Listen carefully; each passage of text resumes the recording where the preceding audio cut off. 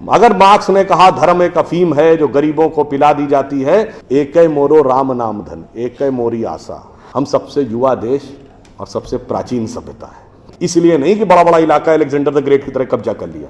हमारे यहां महात्मा गांधी महान हुए, ना कि प्रधानमंत्री रहने वाले। हमारे यहां परंपरा में त्याग का महत्व था। हम आपसे पूछें, दो राजा बताइए जो सबसे बड़े महान माने गए भारतीय संस्कृति में, राजा राम और राजा हरिश्चंद्र।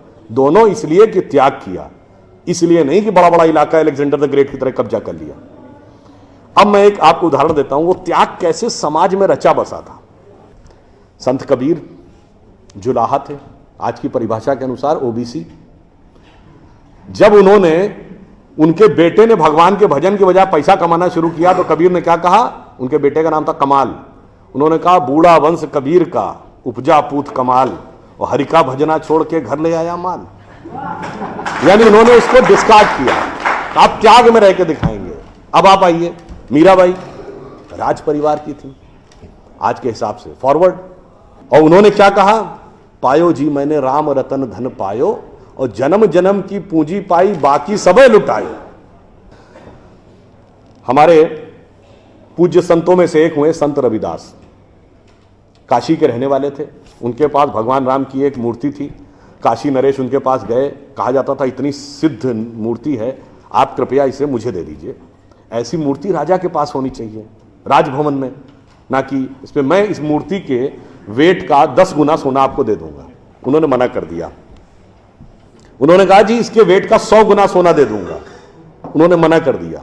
तो राजा को थोड़ा क्रोध आ गया। उसने, ऐसा है रैदास जी, आप जिस झोपड़ी में रह रहे हैं इसमें जितना सोना आ सकता हो नीचे से ऊपर तक उतना भर लीजिए, उतना मैं आपको देने को तैयार हूं। तो एक बार उनकी पत्नी का मन आया कि भाई ऐसा बढ़िया ऑफर नहीं मिलेगा, अब हमें इस पर विचार कर लेना चाहिए। रैदास ने क्या जवाब दिया? एकै मोरो राम नाम धन एकै मोरी आशा, ऊ धन आई है ई चले जाइए, ना चाहे भगत रैदासा। मना कर दिया। रैदास जी क्या थे? वो जूते बनाते थे, आज की परिभाषा के अनुसार दलित थे। उन्होंने भी पैसे की तरफ नहीं था। और अंत में ये सब एक ही कंटेम्परेरी है, तुलसीदास जिन्होंने रामचरितमानस लिखी, वो ब्राह्मण थे, फॉरवर्ड आज के जमाने के हिसाब से। कहा जाता अकबर उनके पास गए। अकबर ने कहा कि आप हमारे दरबार में आकर स्थान ग्रहण करिए, हम आपको 60,000 की मनसबदारी देंगे। उस जमाने में मनसबदारी एक रैंक होती थी। तो जैसे 40,000 की मनसबदारी वॉज मैक्सिमम, 60,000 का मतलब हुआ कि राजा के बाद सबसे बड़ा स्टेटस आपका होगा। तो तुलसी ने क्या जवाब दिया? हम तो सेवक राम के हियो धर्यो दरबार, हमारे तो हृदय में भगवान राम का दरबार धरा हुआ है।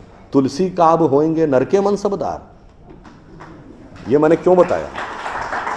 जो बातें ये अर्बन नक्सलिस्ट समझाते हैं कि शोषण किया गया, कैपिटलिज्म किया गया, अगर मार्क्स ने कहा धर्म एक अफीम है जो गरीबों को पिला दी जाती है ताकि अमीर उस पर हुकूमत करता रहे, पर यहां ऐसा नहीं था। मैंने दिखाया समाज का निचला वर्ग हो, मध्यम वर्ग हो, उच्च वर्ग हो, राज करने वाला वर्ग हो, सबने कहा जो त्याग करेगा वो महान होगा। इसीलिए हमारे यहां महात्मा गांधी महान हुए, ना कि प्रधानमंत्री रहने वाले नेहरू महान। जैसा अभी नलपत जी ने कहा ना कि भाई people like us we are in minority. हम देश दुनिया के सबसे युवा देश हैं, यह सत्य है, मगर यह अर्ध सत्य है। हम सबसे युवा देश और सबसे प्राचीन सभ्यता है। We are the youngest nation and the oldest civilisation.